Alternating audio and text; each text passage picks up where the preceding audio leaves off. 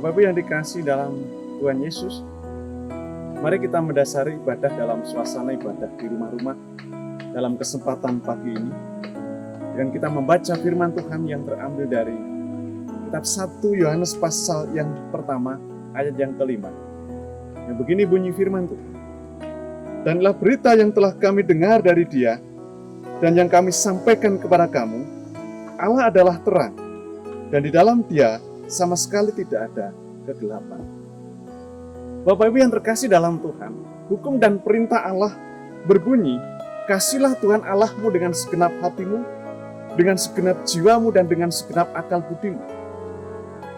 Lalu, yang menjadi pertanyaannya, dapatkah kita mengasihi Allah kalau kehidupan kita tidak mengenal Dia? Dalam bacaan firman Tuhan yang tertulis dalam 1 Yohanes pasal 1 ayat 5 dikatakan bahwa Allah adalah terang. Lalu apa artinya? Maksudnya tidak lain adalah bahwa Allah telah menerangi dirinya sendiri. Dia dapat dikenal, dia dapat dimengerti sifat kehendaknya, karyanya, dan lain sebagainya. Maka dari itu, Bapak Ibu dikasihi Tuhan, dia dapat dikenal oleh semua orang, baik orang dewasa, baik orang kecil, orang tua, anak-anak, orang yang sehat, bahkan orang yang sakit, dan lain sebagainya. Maka dari itu, ketika kita ingin mengasihi Allah, maka kehidupan kita harus mengenal Dia. Dan kita sebagai orang Kristen dapat mengenal Allah, karena Dia sendirilah yang memperkenalkan dirinya kepada kehidupan manusia. Dengan cara bagaimanakah Allah menerangi dan memperkenalkan dirinya? Yang pertama, Allah menyatakan dirinya melalui alam ciptaan. Ketika kita melihat samudra luas, ketika kita melihat gunung-gunung, ketika kita melihat bintang di langit, burung-burung di udara, maka sebenarnya di situ kita dapat mengerti bahwa Allah sudah menyatakan dirinya melalui ciptaannya. Mazmur pasal 19 ayat 2 mengatakan, "Langit menceritakan kemuliaan Allah, dan cakrawala pun memberitakan pekerjaan tangannya." Jadi melalui ciptaan, kita dapat mengenal Allah. Ini yang disebut dengan pernyataan umum. Yang kedua, melalui Yesus Kristus, yang disebut dengan pernyataan khusus. Sebenarnya sejak perjanjian lama, Allah sering menyatakan diri kepada manusia. Namun manusia masih belum mengenal Allah yang sebenarnya. Mengapa? Sebab Allah menyatakan diri kepada manusia dalam wujud suara ketika Allah memanggil Abraham keluar dari Ur Kasdim untuk pergi ke tanah perjanjian. Lalu Allah menyatakan diri kepada Musa dalam semak yang berapi. Melalui gurun, ada tiang api, tiang awan ketika Allah menyatakan diri kepada bangsa Israel. Dalam keadaan seperti itu, tidak mungkin manusia mengenal Allah sebenarnya. Lalu dalam konteks perjanjian baru, Allah memakai metode lain, cara lain untuk menyatakan diri, yaitu menyatakan diri dalam wujud manusia. Maka karya Allah yang pertama dalam wujud manusia, yaitu ketika kita merayakan Natal. Itu sebagai wujud Allah yang lahir di tengah-tengah dunia, jadi manusia melalui Maria. Itulah sebabnya Tuhan Yesus berkata, "Siapa melihat aku, dia melihat Bapa. Aku dalam Bapa dan Bapa dalam aku." Jadi dalam peristiwa Natal kita merayakan karya Allah yang besar bagi kehidupan manusia, yang penuh kasih, yaitu Allah menyatakan diri dalam wujud manusia, Yesus Kristus, supaya dia dapat bergaul dan merasakan keadaan manusia. Dan lebih daripada itu, dia dapat menyelamatkan manusia. Yang kedua, Bapak Ibu yang dikasihi Tuhan, karya Allah yang kedua, yaitu melalui kematian Tuhan Yesus. Yang disebut dengan peristiwa Paskah. Paskah yang berarti melewati. Istilah ini diambil dari kitab Perjanjian Lama, dari peristiwa Perjanjian Lama. Peristiwa ketika bangsa Israel keluar dari tanah Mesir. Ketika malaikat-malaikat melewati rumah-rumah bangsa Israel untuk membinasakan setiap anak sulung di Mesir. Atas dasar apakah malaikat itu melewati rumah-rumah bangsa Israel? Yaitu tanda darah yang dioleskan pada ambang pintu. Yaitu darah domba yang dioleskan pada setiap ambang pintu. Maka setiap rumah-rumah yang ada tanda darah itu, setiap malaikat itu membinasakan setiap anak sulung, baik binatang ataupun manusia. Jika melihat tanda darah itu, maka akan dilewati. Kita bisa baca dalam Keluaran pasal 12, ayat 12 sampai dengan 13.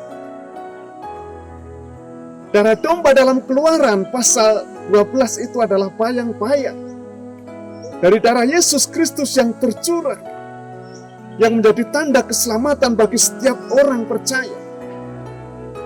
1 Petrus pasal 1 ayat 18 sampai dengan 19. Kehidupan kita ditebus bukan dengan emas perak, bukan dengan barang yang fana, tapi hidup kita ditebus dengan darah yang mahal.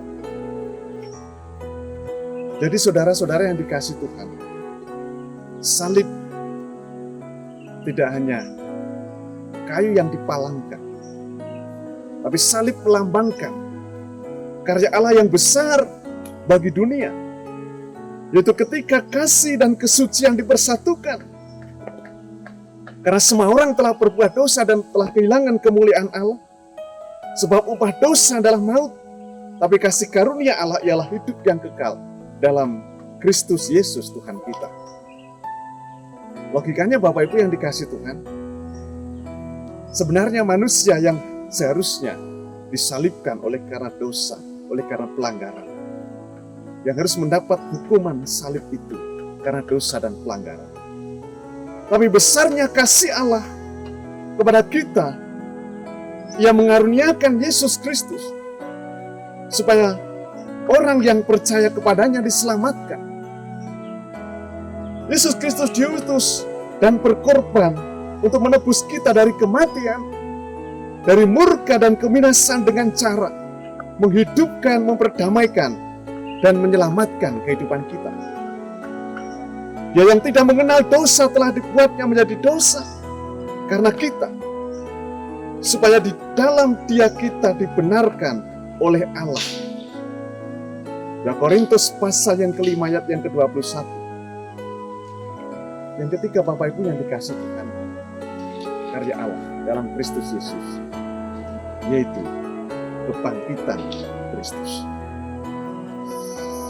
Kebangkitan Kristus adalah peristiwa yang vital bagi iman Kristen. Bahkan peristiwa kebangkitan Kristus telah mendapat serangan dengan berbagai cara dan teori. Misalnya para imam, ketika mendengar bahwa Kristus telah bangkit dari antara orang mati, maka para imam sudah mulai merekayasa untuk menyuap dengan sejumlah uang para serdadu-serdadu itu untuk mengatakan bahwa mayat Yesus sudah dicuri oleh para murid. Maka timbullah teori pencurian mayat Yesus. Ada yang mengatakan Yesus tidak mati tapi hanya pingsan. Ada yang berteori bahwa itu yang disalib bukan Yesus, tapi muridnya yang sama seperti Yesus. Tapi kebenaran Injil ialah Kristus telah bangkit dan menjadi surat kemenangan bagi setiap orang Kristen, mula-mula sampai pada zaman sekarang. Para murid rela menderita, bahkan rela mati untuk menjadi kesaksian akan kebangkitan Kristus. Kalau kebangkitan Kristus tidak benar, maka para murid itu tidak rela berkorban untuk kesaksian yang tidak benar itu. Tapi oleh karena kebangkitan Kristus adalah kebenaran, maka para murid rela menderita, bahkan mati pula. Kesaksian yang benar itu, yaitu Kristus telah bangkit dari antara orang. Bapak Ibu yang dikasihi Tuhan, firman Tuhan juga berkata, dan jika Kristus tidak dibangkitkan, maka sia-sialah kepercayaan kamu dan kamu masih hidup dalam dosamu. 1 Korintus 15 ayat yang ke-7. Tapi yang benar ialah bahwa Kristus telah dibangkitkan dari antara orang mati sebagai yang sulung dari orang-orang yang telah meninggal. Yang keempat, Bapak Ibu yang dikasihi, karya Allah dalam Kristus Yesus, yaitu kenaikan Tuhan Yesus ke surga. 40 hari setelah peristiwa Paskah, peristiwa kebangkitan Tuhan yang sudah dirayakan minggu kemarin, dan kita akan menghitung sampai 40 hari nanti, kita akan merayakan satu peristiwa, yaitu ketika Tuhan naik ke surga. Peristiwa kenaikan Tuhan Yesus ke surga meyakinkan kita bahwa Yesus itu sesungguhnya berasal dari surga dan kembali ke surga.